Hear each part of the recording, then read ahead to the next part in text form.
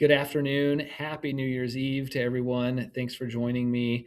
I'm excited to go over the one trade that I placed today on one stock. It is INBS, and today is December 31st, 2025, last day of the trading year, which was an exciting one. INBS did really well today, and this was a fun one. Wanted to talk through just a couple things briefly here that I looked at as it related to this trade and that I learned, and I'll pull over my position summary here so you can see this. As you can see, INBS is the only stock that I traded. Again, I am paper trading, so I want to give that disclaimer, but it's been great practice for me through the month of December. So just briefly here, I sat down at 620, and as this stock, INBS, was approaching high of day, it was hitting the running up scanner.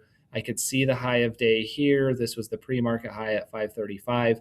And so as this approached 535 on the level two, I could see there was a lot of buying there. It wasn't like running up and selling off hard. And so I went ahead and took my first entries there. Now, one of the lessons learned here, I went in too big, and I want to show you that. I took three 1,500 share lots right here at 533. And I think given where I'm at in my trading journey, that's too much. I would have been much better off to just take like a single 1,000 share, or maybe even done, three 500 share lots for a total of 1,500 shares.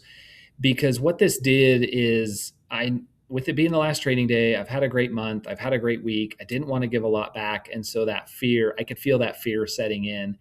And what I have found for me is that when I feel that fear setting in, I need to size down. So on this very next candle, as this came, this little wick to 533, I took half off. You can see that right there. I just bailed half at break even.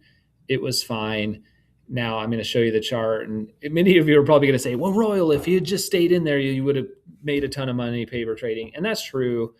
But I also am cognizant of, I need to make this as real as possible. And while I can trade that size because of my account size being over the pattern day trader requirement on a real account, it just is not the right thing to do, especially given that the market's been a little cold. So anyways, I ended up bailing half. So I was left with 2,200 shares.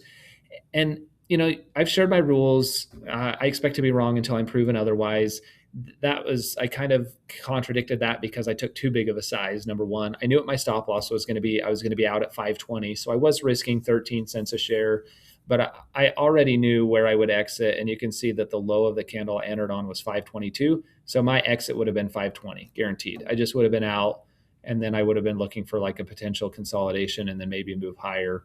But that's not what happened. I did start taking my exits on these pink candles. You can see that here reflected in my trades with my sells. So 558, 561, 561, 569. I exited the last, not the full amount, but 581. I took another 158 shares off. So I still had about 140, 150 shares left here. And then this thing just ripped at the market open. Pegged right up here at the halt level. I added at the halt, and I can show you that here just really quick. I added at the halt at 639, small size, 500 shares, had a lot of momentum. It was the top gainer on the day. It just made sense that a lot of eyes were watching this stock. So added on the halt. It ended up being a 10-minute halt. When it unhalted, I added again. Now, I did much better on this, and I'll tell you why. Because I'm assuming that I'm wrong until proving otherwise. So my now break even would have been about 617. So because I was in so low at 533 and I added at 639, my average cost, because of the size I took on the ad, ended up being about 617. So if this hit my break even, I just would have been done, and that was totally fine. Fortunately, rule number 3 is I add when I'm right, and in this case, I did that. The stock was proving me right, so I added again, as you can see, at 681. And then I did start taking some exits. In hindsight, I could have done better here, right? It was holding 7. I got these topping tails. I just got, it's fear, right? Let's just call it what it is. I got fearful. I got hesitant. This goes back to rule number 2. I expect to be uncomfortable. I easily could have, should have, and that's hindsight. Don't beat yourself up. Give yourself some grace. I'm learning too. But to be able to stay in this would have been pretty reasonable. We did hold the 8 EMA. And if I hadn't stayed in it, the add back would have been right here at somewhere between 7 and 717. When you kind of see these pivots coming in, it's holding the 8 EMA. This is your first 1 minute candle to make a new high as it comes back into the 8 EMA. And boom, you're off to the races, halts up. Probably got shooken out maybe here on this wick down. You still technically do hold the 8. You get a little close here, kind of get a 1 minute candle to make a new high and another move up.